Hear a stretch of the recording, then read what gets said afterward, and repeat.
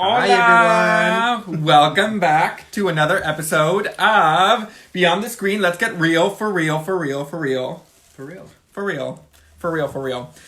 today we actually have Gabriel García Román, who is back because we had technical issues during the first time that we recorded the live, and it was such a beautiful live that we wanted to make sure that it was available for folks to rewatch it. So we're going to go at it again. He's joining us. Give us one.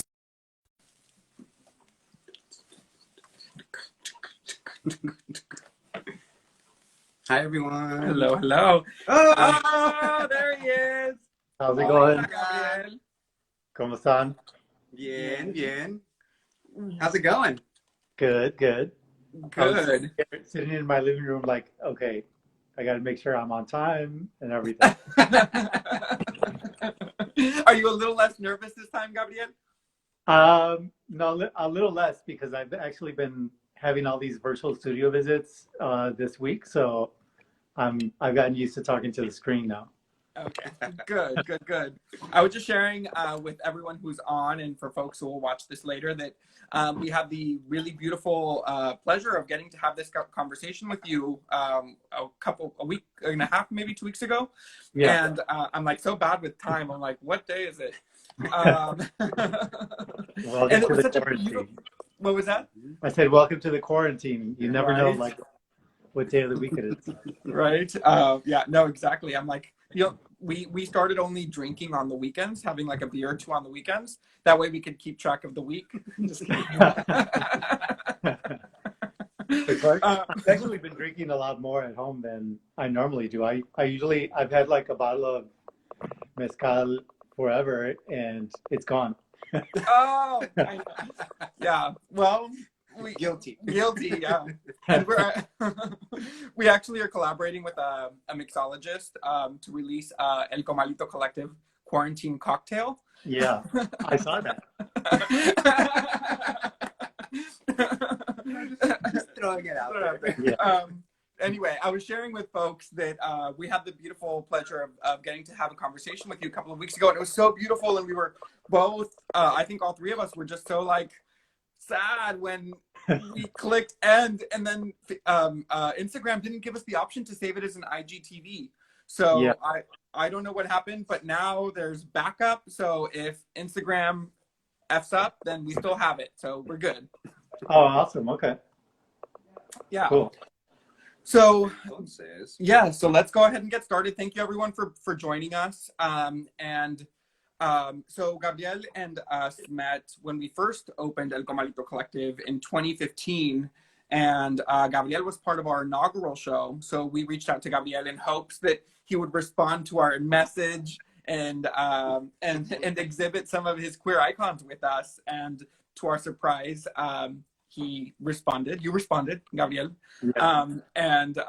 We have been friends and had a working relationship that's been really beautiful for, gosh, over 6 years now. Wow, has it been that long? It has, because that's how long Comalito's been. Oh, wow. Or going on 6 years, yeah. 2015 is when we opened. Yeah, that's right. Yeah, I mean, I when I got the call or the email, I was like, yeah, of course I'm going to participate in an exhibit where it's two queer men of color who have their own art space. I want in on that. And then we get the email on our end and we're like, as fans, as Gabriel García Román fans. Yes. So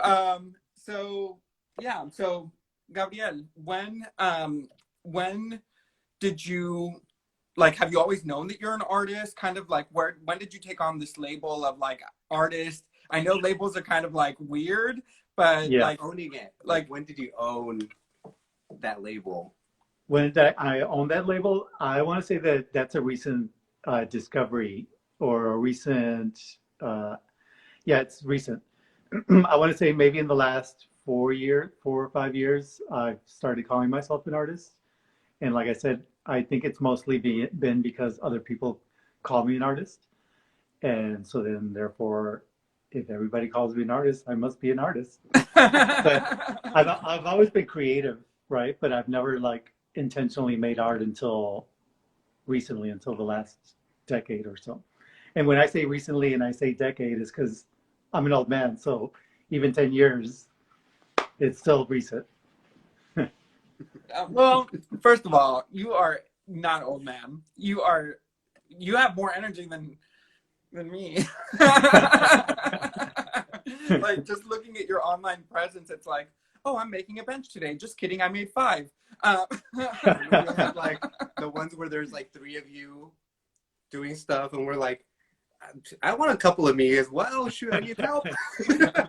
Yeah. Um, Yeah.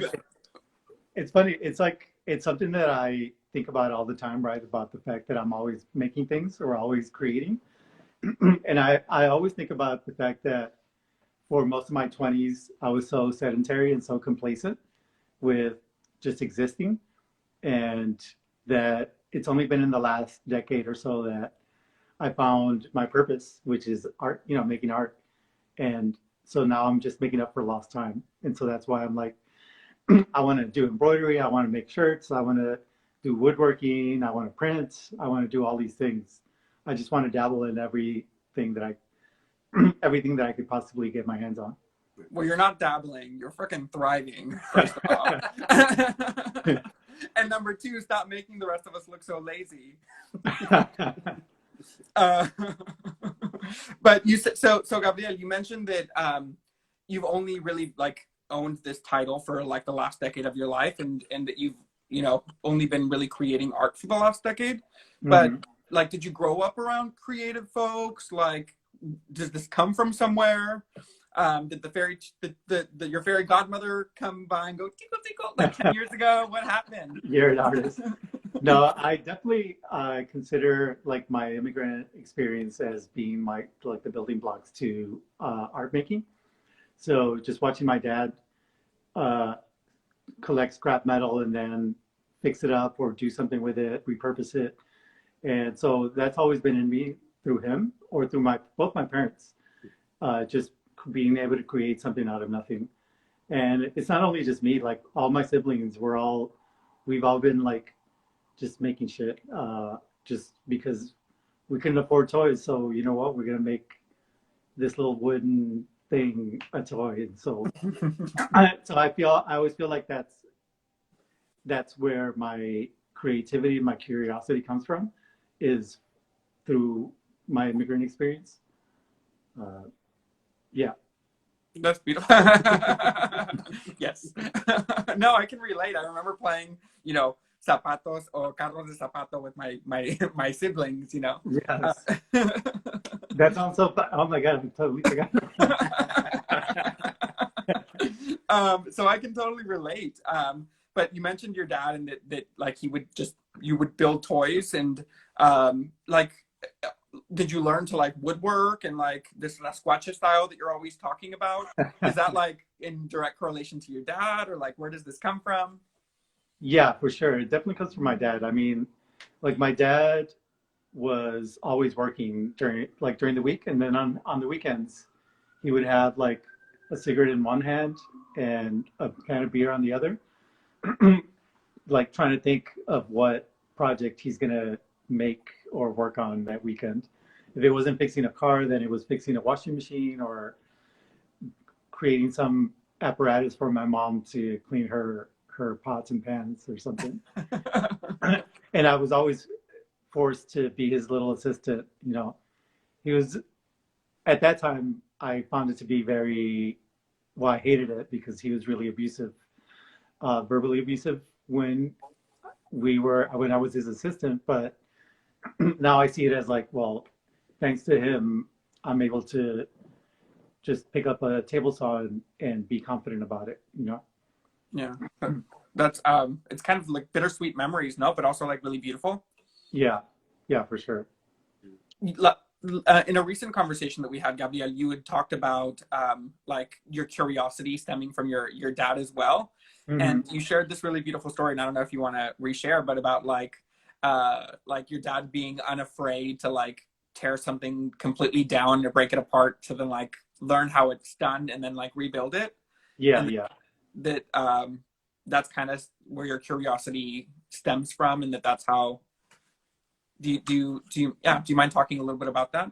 Yeah, for sure. Yeah, like my dad, like I said, my dad was always like just breaking things apart and putting them back together. So, I mean, I always remember like an old iron my mom had, and he just like disassembled it, wiggled a couple of wires, and then the thing magically worked again. I never understood how he did that, but he was really good at it. And so now, yeah, so that curiosity like got transferred onto me because I find myself doing the same thing where like a couple of years ago our washing machine broke down, and right away I estaba con mi screwdriver and everything, like trying to figure out what happened, and I got it to work. And so then that's when I felt like, okay, my dad's presence is the one who guided me through through this ordeal. And here I am, like I don't have to go to the laundromat to get my clothes cleaned or anything. That's beautiful. That's beautiful. And that's beautiful. And I was laughing when you were sharing that story because it reminded me of my dad. And my dad would have been like, bang, bang against the wall. And no sirve. Yeah. Yeah, no, my dad has always been like super just innovative and like resourceful. I guess that's the word is that I like to say about my dad is he's so resourceful. Like, can I share a really quick story about my dad that I really love sharing? Because yes, please. It's very like stereotypical of my dad, but it's like, you know, we were never. My parents were very antisocial, so they never left the house. We never left the house. They were both super quiet people, so it was always a quiet house on the weekends. But one day, my dad in the morning was like, "Hey, we're gonna go to the beach." We got all the kids got all excited. My mom was at work, so she wasn't around, and we got all excited that we were like already planning, like, "Oh, we're gonna build sandcastles. We're gonna do all this," and so we pile onto the station wagon. We go to the beach or to the lake. I grew up in Chicago, so there's really no lake, no beach. It's just a man-made thing of sand. It's a parking lot, sand, and then the lake. So my dad like pulls up, like reverses the station wagon, pulls behind, hops on top of the sidewalk, and it right by the sand. And so he comes out, opens the door. We were so excited that we didn't look. In the back of the station wagon was shovels and like big buckets. Oh no! So we went to the station. We went to the beach, not to like chill and catch some rays, but to fill these buckets with sand because my dad had a project back home to fix like a broken sidewalk, and he needed, instead of buying sand, he's like, why should I buy sand when I could just go to the beach and let these kids just fill these buckets with sand? Oh no!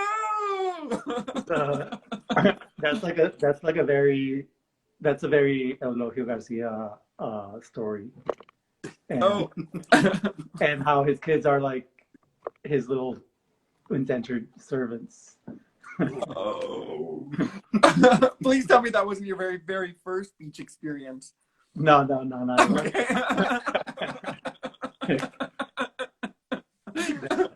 Oh, but you know what though? Like, I have stories that are similar with my dad because my dad is also, well, yeah, my relationship with my father is a little broken. And by little, I mean like really broken.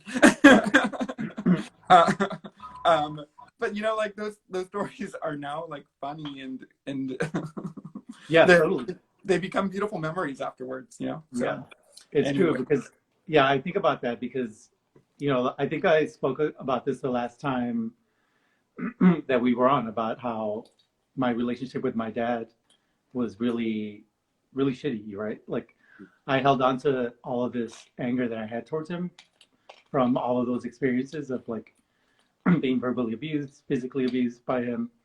And it wasn't until he passed away that I decided that I was going to just shift the way I saw him.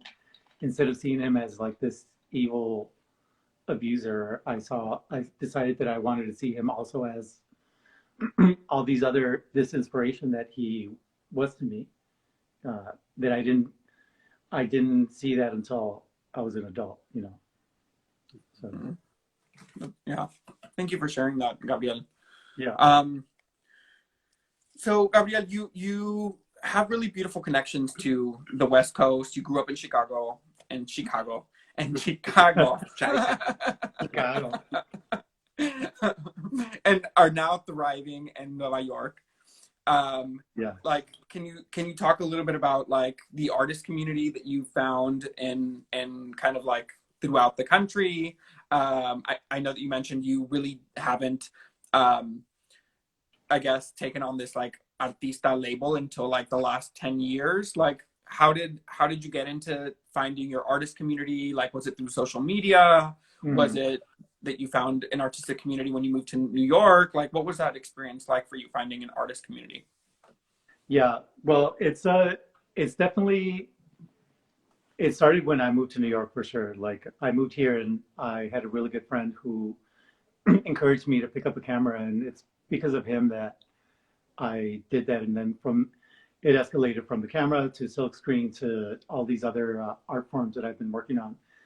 And it's not like he taught me, but it's like he's the one who initiated the idea that I have something inside of me that I needed to let out. And so for a long time, I was creating insularly, like I was creating work. But I did, because I thought about this from the last time, and it's like, I did have an artist community here in the East Coast, but it wasn't like visual arts. I have a lot of creative writers who are really good friends of mine. And so in that sense, you know, they're artists too, obviously. So I did have that community, but it wasn't until social media when I started connecting with people from the West Coast and even reconnecting with folks in the Midwest in Chicago. Because in Chicago, I wasn't making art. So when I moved here, that's when I started discovering and learning about other artists that are in the Midwest and West Coast.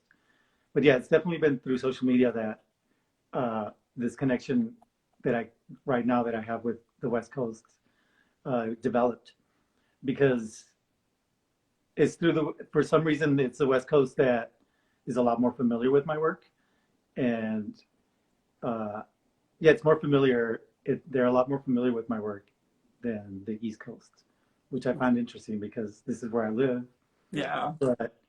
But it's like when I'm in the West Coast in LA or the Bay Area, like I'll be walking down the street and somebody will be like, "Hey, I know who you are." Actually, that happened. Bomber jacket.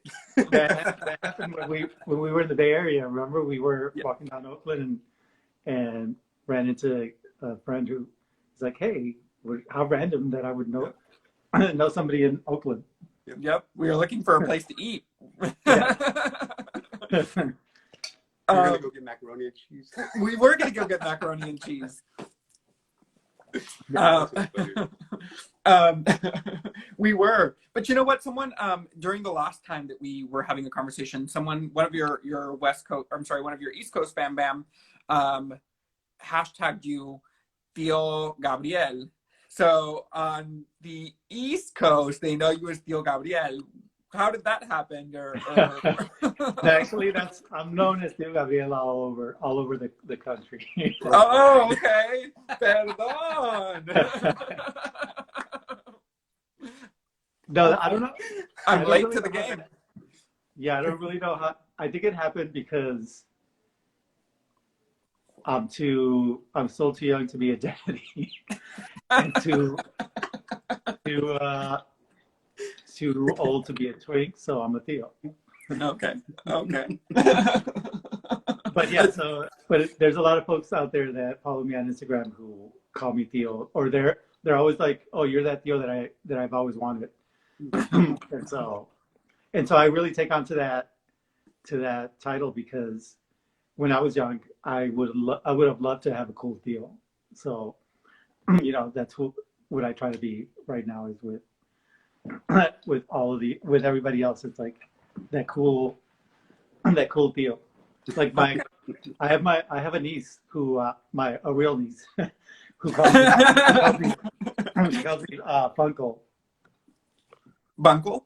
Funkle, like fun uncle, funky. Oh, Funkle. Yeah. Okay. Or a I get called gunkle, but that's because I'm gay. Right. Oh, okay, Theo Gabriel. I mean, you could have been Zaddy, you know? Yeah, that's true. No, that's reserved for somebody else. Oh, okay. okay. That's for another interview. For another interview, yes. For a late night show. um, so Gabriel, most folks know you for your queer icons. Mhm. And you know, one of the things that was super awesome was that you got to participate and that a lot of your queer icons got to stroll down the streets of New York for World Pride.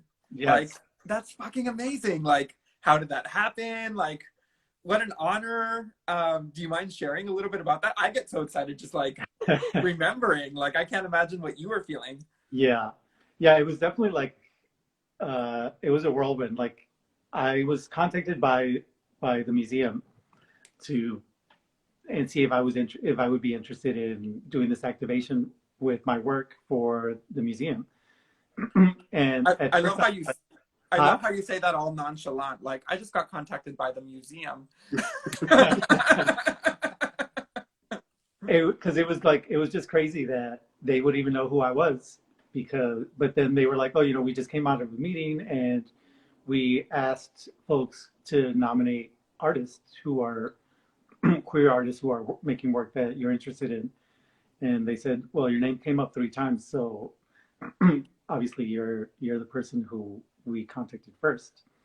And it was really amazing because they were really open and they just let me do whatever I want. They just were like, okay, here's the budget and here's your get an assistant and then do whatever you need to do.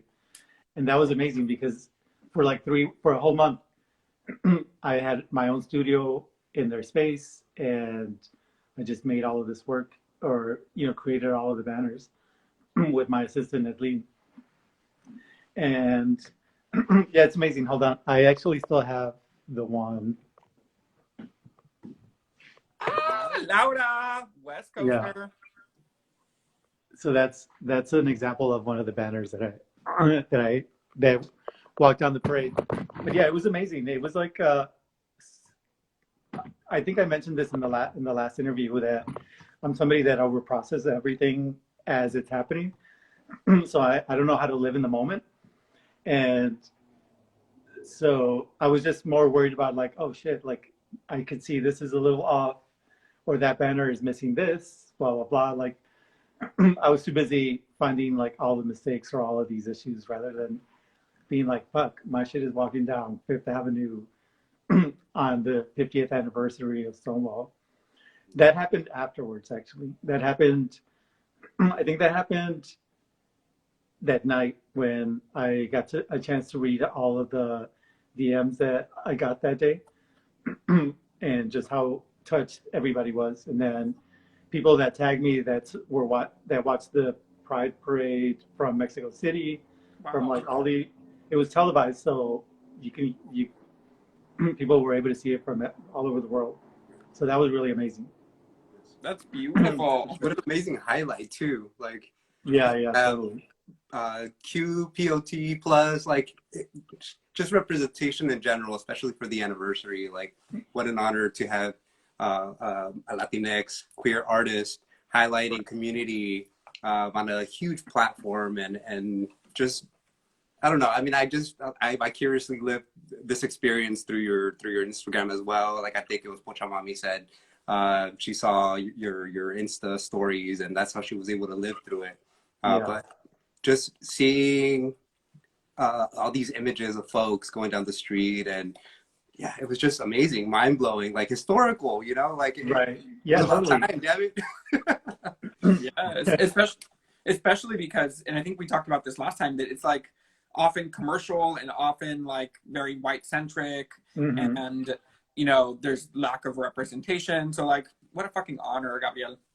Yeah, for sure. I mean, I think, yeah, I typically don't go to the Pride Parade. I usually run the opposite direction and I'll go to the beach instead. because for those reasons, for the fact that it's very over policed and there's nothing but politicians with their fake, you know, wave or whatever, and sponsors like commercial sponsorship. So I'm like, what's the point? Right. And so this was actually the first Pride that I went to in probably the 20 years that I've lived in New York. Oh, wow. I had to go because, you know, my well, you know, because you know why. Yeah. Oh, that's beautiful. But what, like, you double Virgo, I didn't, I didn't get to enjoy it. Like, and like, what the heck? Like, and so, I mean, I can totally see how you were like freaking out about like, oh, it's slightly off, or they're holding it wrong. The folks, because they were like on these huge, like, yeah, they were on these 10-foot structures, poles, right? Yeah, like they were 10-foot poles. Really, yeah, it was pretty high up. It was kind of windy that day. That's right. That's So right. they were fluttering for a lot of part of the parade, but we won't talk about that. Yeah. No. You're like, I'm getting anxiety just thinking about it. You're already planning for next time. How can that be resolved for next time? Right. I did think about that. So, you know, a lot of folks know your queer icons, but do you mind sharing a little bit, Gabriel, about like, unless you're part of the printmaking world, you know, folks typically know silk screening, but they don't know photogravure or chinocolé. Do you mind sharing, like, did you I think that the narrative is that you went back to school, learned some of these techniques. Is that? Yeah, that's right. So I went back to school in my mid-30s, and I basically ran through all of the photo classes because I had been dabbling in it on my own, so I pretty much like could skip all of that. So then I went to printmaking, and I learned photogravure, which is a cross between basically with photography and an etching. And so it's literally a metal plate that gets etched with the image that you put on. So there's like I do have a metal plate, and should I bring it out or? Yeah, show it. We want to see. We want to learn. Show and tell. Oh, that's so funny. All right. So basically, this is a photograph that I took, and it's printed on acetate, right? Is that Dorian? Yeah, it's Dorian. So here it is. And then I wish I had the Dorian plate on me, but I don't. Instead, I have this one. Oh, yeah. It's hard to see, but this is it. And so this gets transferred onto this metal plate that has emulsion. And emulsion is basically like a chemical that reacts to light, and if light touches it or exposed to light, that gets hard, and that's what creates all of the ridges in the metal plate. And so then I basically ink this plate, rub off all the excess, and then all the excess ink gets caught into the details of the image. Then chinocolé is literally a fancy word for Chinese collage, and that's literally typically chinocolé. It's rice paper with wheat paste and then run through the press as the print is being done. So I just took it a step further, and instead of using rice paper, I'm using decorative paper. And so the decorative paper gives it an element of like a painting. So like here is one of the prints. There's a lot of glare, so it's really hard to see. But all the color you see is all decorative paper that's been collaged. And the reason why the face itself is black and white is because if I didn't do any Shinkole, it would just be a black and white photograph. Right. So everything else is layered on top, and then it's layered with wheat paste in between each layer, and then when I run it through the press, it all gets fused together because that's what wheat paste does. Right. Yeah, and because it's a printmaking process, I'm able to create multiples of the same image. So all of the ones that you see here, there's at least like 2 to 4 other versions of the same print, and I'm trying to be, yeah. So like this this box here has all of the multiples. Uh, all the different prints that I have. That I Well, I think we want. mentioned this last time. If you need a place to store those, Say what? if you need a place to store those off prints, or you can send some our way. We will gladly take up wall space. No, but you know what? I was thinking, like, I do have all of the banners, the Pride banners, literally sitting in my closet. So, you know, if Hey. somebody Hey. wants to display them somewhere, you know, they're just collecting dust. Hey, no, we are super, super, super down. Once we have access to our gallery again, because you know, this cabrona is fucking shit up right now. Right.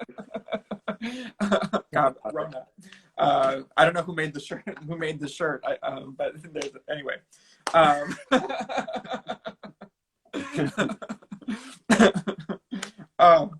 Oh, one of the things that I was going to ask you was the process that you use for your queer icons is so specific and very detailed and precise, that it reflects also onto the frames. And so I feel like that mode of working carries through everything that you do, whether it's your cooking, whether it's like your fashion, your shirts, your bomber jackets, your hats. Like there's so much detail involved in the process of making these things. Can you talk a little bit about how those things overlap, or how you're thinking about like these things as you're making them? Because it's almost like you're thinking in drafting terms, or like if you're an architect or something like that, which you talked a little bit about last time. Yeah, well, I do have like an architecture background, so that's funny that you do say that you mentioned that, because I was in an architecture major in high school, and that was going to be my career. I was going to become an architect, and then life happened and that didn't happen. And but anyway, but yeah, as far as like, I really enjoy process-based work. So I enjoy watching things from like the raw material and then seeing them be turned into something. So, and I find all of these things to be like meditations. Like, for most of my life, I wasn't able to handle all of the anxiety, all the the anxiety that I have. And it wasn't until I started making art that really helped me to basically like be able to slow down what all the thoughts that are swimming in my head. And so all of these long process based works are all like meditations. Whether it's like making the cutouts for all the prints, or sanding each little block for my frames, or, you know, all the stitching that I do with my embroidery, or even when I'm sewing, like they're just ways that I'm able to calm the storm that's my head, basically. And so that's really what drives me to create like these really labor-intensive pieces. But I do want to mention something that one of your past guests said that really resonated, and I was like, holy shit, that really hit home. And that's when Adrian had mentioned 2 weeks ago when he had said that his love of labor. I don't know if this, I don't know Paraphrase. exactly, but it was basically that his labor intensive paintings are in a way like uh, come out of guilt for not having to work as hard as his parents. And that really like when he said that, that really punched me in the gut because I was like, fuck, that's hit home because it's like here I am, like my parents struggled and like worked these really shitty jobs their entire time in the States for us, not for them, but for their kids, for their children.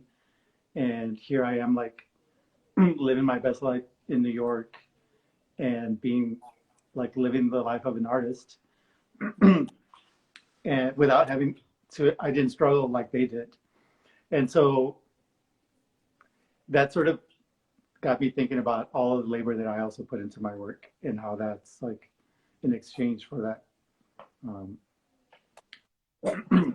Thank you so much for sharing that. That's really powerful. Yeah, That's, well, that wasn't me, that was him. no, yes, to Adrian for bringing that up, but also for you to like making those connections Yeah. to what Adrian had said, and that a shout out to Adrian. I know that he's on the live as well. Shout out to you, Adrian. Beautiful conversation with Adrian as well that you can check out on our YouTube. Adrian Delgado, yeah. But yeah, I mean, making those connections to your own narrative, I think is really powerful, Gabriel. Thank you for doing that, and I think that that's a really great transition to something that I wanted to share. I remember when you shared, the juxtaposition of the contrast in hands between you and your dad, and how you really learned to create from your father. And you shared this memory on social media, I believe that it was, and it was a caption that you used with a piece that is some of my favorite work of yours, and it's this series where you're weaving photographs together, and you did this really beautiful portrait of you and your father woven together, and I think it's titled "I am your father. I am my father's son." Yes. Oh my gosh! It like punched me right in the corazón. Wow, Yeah. so powerful, so beautiful. Thank you. Yeah, do you mind sharing a little bit about that piece? I love that piece, and I mean, it sounds like you have a really complicated relationship with your father, Yeah. but also that like your father taught you how to be an artist. So it's like, yeah, do you mind sharing a little bit about that? No, not at all. Yeah, so I definitely had a complicated relationship with my dad. Like, my dad was he was an alcoholic, super abusive, verbally, uh, all kinds of abuse. But, and so I harbored all of these like ill feelings towards him, even into my adulthood. And I wasn't able to move past that, even when he passed away.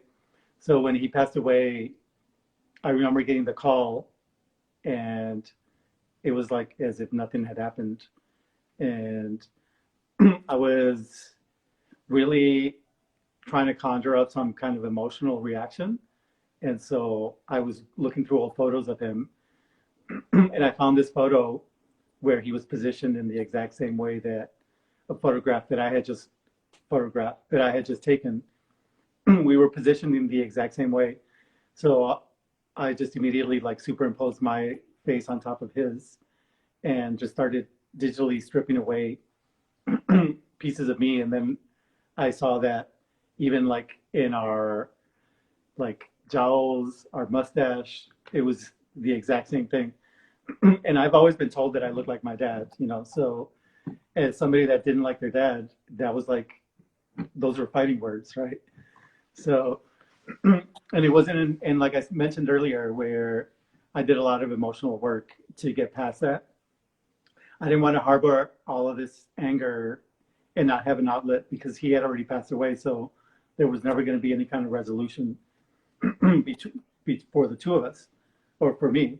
And so I decided that I was going to shift my narrative of how I saw him and see him as this multi-dimensional figure, that he's not just this, like monster figure. He's also this creative genius that because of him, I'm able to just, if I'm gonna, that I decide that I'm gonna make furniture, then I'll just make furniture. And so this is what basically like after many iterations, this is the final piece, which is this really large, it's printed on vinyl, and then I just wove the two images together just so where you really can't see where he starts and where I end because we're so similar. Right. And it's called I Am My Father's Son. I did it as a way also as like a peace offering because I did feel guilty for harboring all of these feelings even while he passed, even after he had passed away. So when I had the chance to have my first solo show, I titled it To My Father, and this was like the opening piece to the to the exhibit. You know, as soon as you walked into the gallery, that's the first thing you saw was this big piece. So powerful. It's like, you know, and as someone again who has daddy issues, I'm just kind of like trying to keep it together here because it's like so powerful, but also so beautiful that even like after his passing, that there's still so much healing that can come from creation of art, right? And Yeah, you know, and I think that the last time we had this conversation, you'd shared that you've been able to find some healing that you weren't able to find, you know, when he was still with us. yeah, And how like even powerful that is. yeah. It's true. I mean, like now I think I mentioned this in the last time that we had the conversation is that my dad passed away 7 years ago, which coincides with how with like the recognition that my work has gotten. It's the same period of time.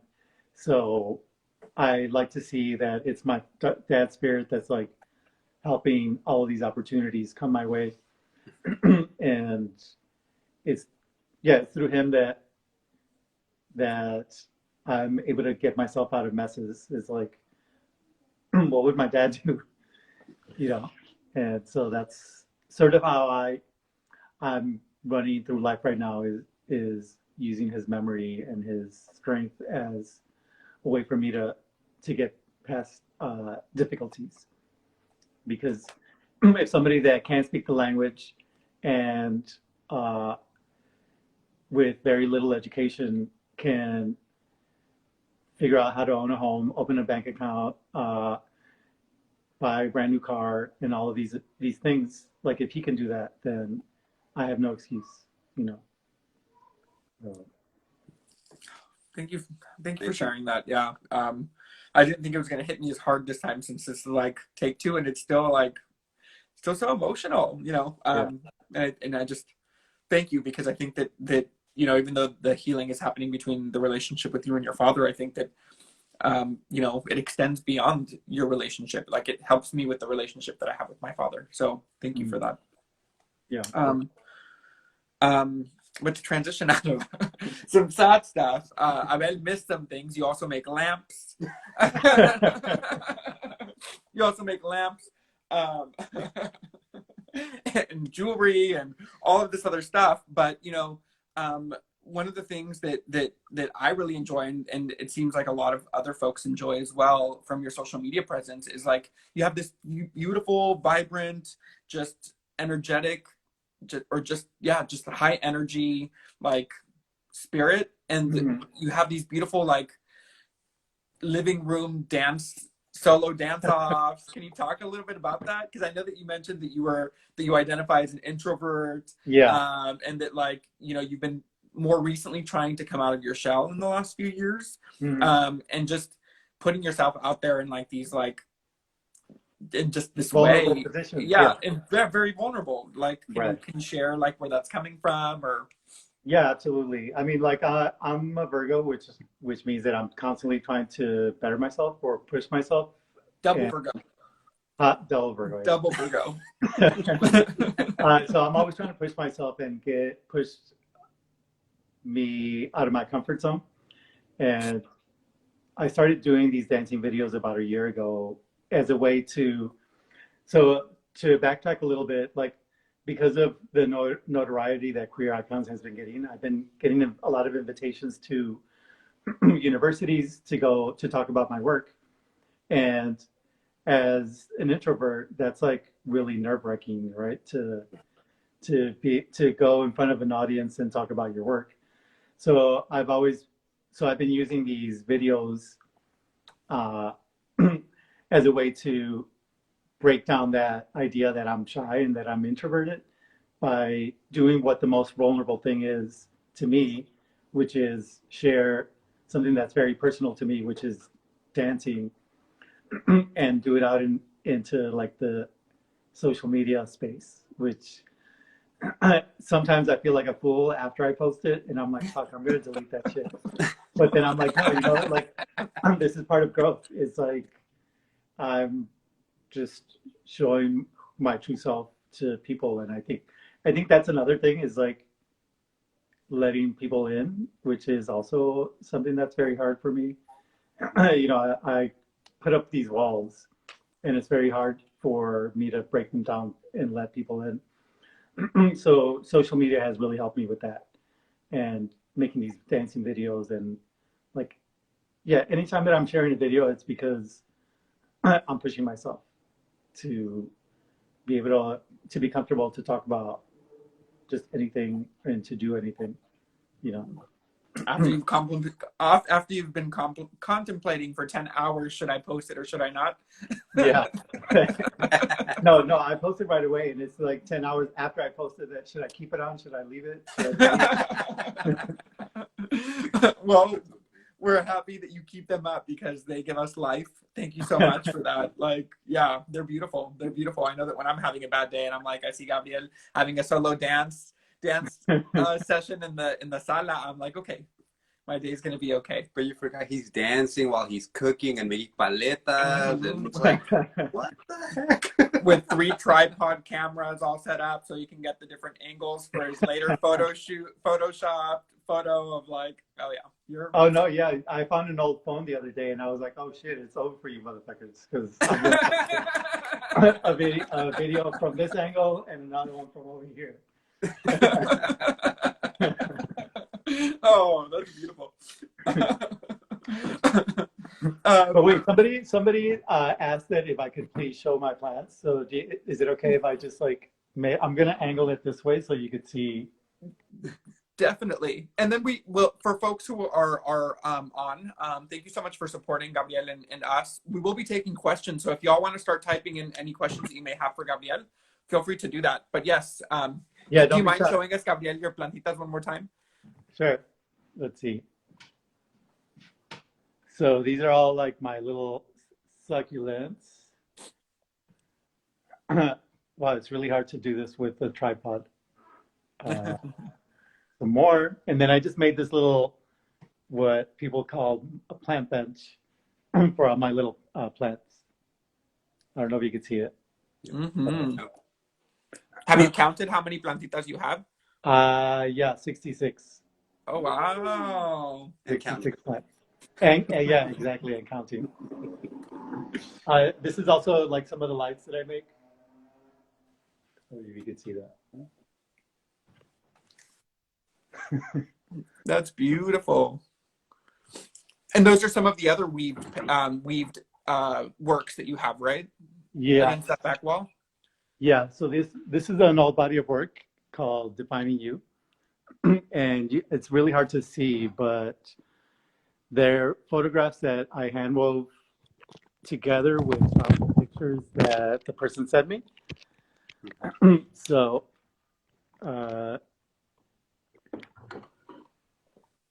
The glare is really bad, so you can't see, but it's okay. These are all like childhood pictures that I wove around the portrait. Yeah, so weaving is something that I've been doing for a while now. So it's something that, again, it's like that meditative act of like with the X-Acto knife, just slicing the prints little by little and then weaving it through. And well, like then you're slicing it up, and then you're mending these images together, which I think is Yeah. a beautiful result. Right. Yeah.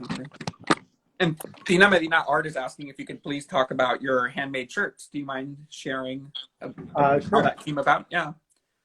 So I'm wearing one of my shirts right now. And so it started when I had my first solo show, and I wanted a really cool shirt for the event, and I knew that I wanted like a very print, basically like a very Mexican print.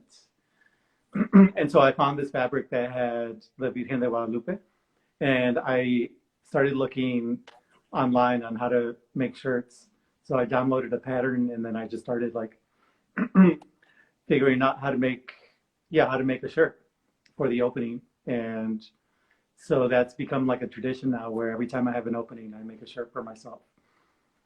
Sort of, yeah. It's like as the art on the walls come to life with these shirts.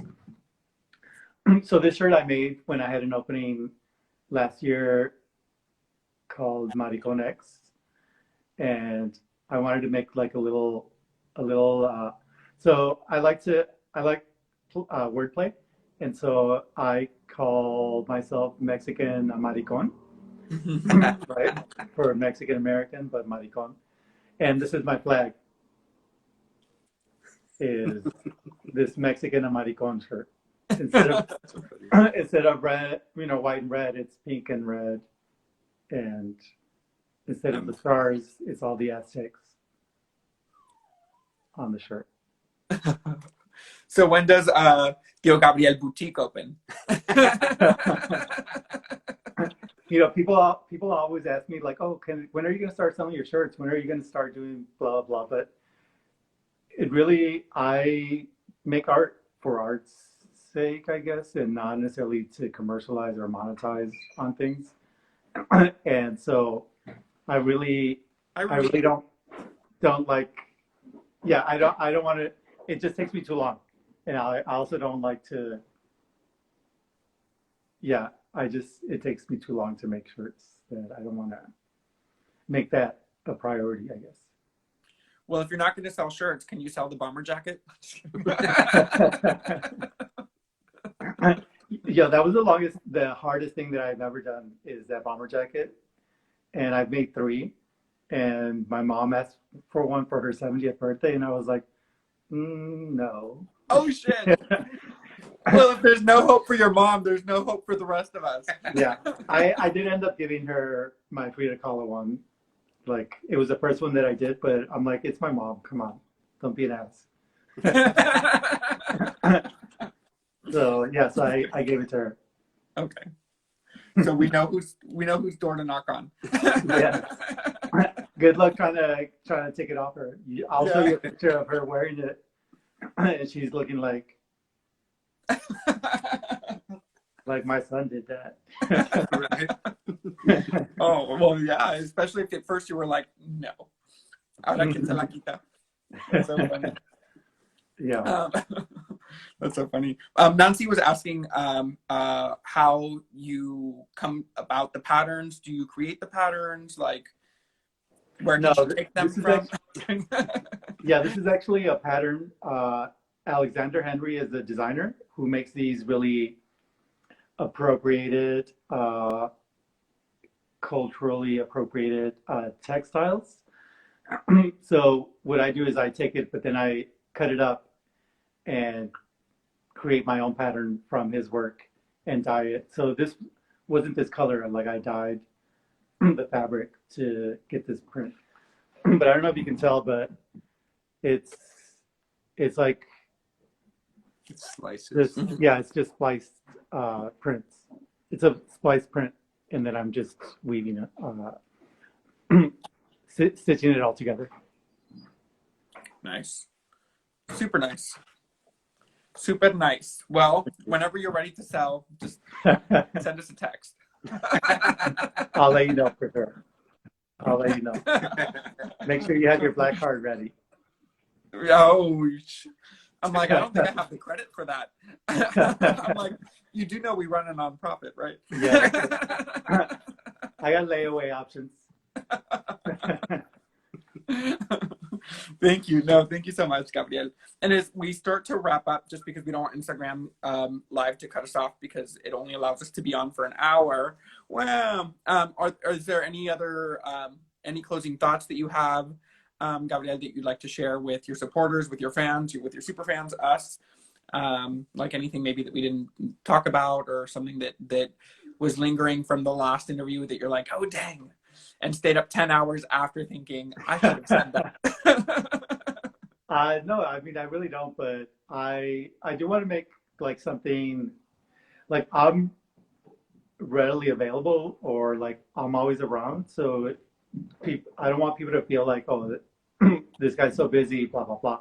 Like I'm always down to, if you have a question, whatever, just don't be afraid to like send me a DM, and trust me, I'll answer it. Like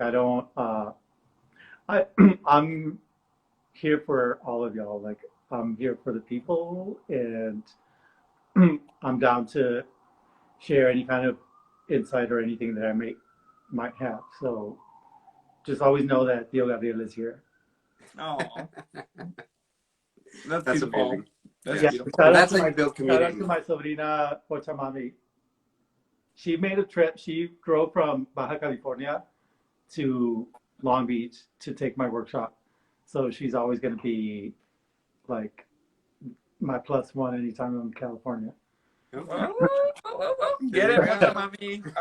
And still supporting even virtually. Yes. Shout out to See, there she is.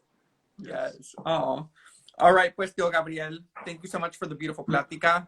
Yes. Hello, Rumi. Thank you so much for the beautiful plática, and for your beautiful energía, and just for always even being open to us whenever we slide into your DMs. I'm always here. I'm always here for those DMs. Oh no, we really, really appreciate you, and we appreciate you taking the time, and we value your friendship, and just look up to you as an artist and as a person and as a human. So thank you so much. Well, thank you so much for that, and yeah, thank you so much for us. I'm glad that we got a chance to do this all over again. Yes. And this time it will actually get posted. Ahora sí te dejo porque ya me están avisando Instagram saying you have 1 minute and 30 seconds. Okay. Sounds good. All right. Bye. Bye, everybody. Adiós, Gabriel. Bye.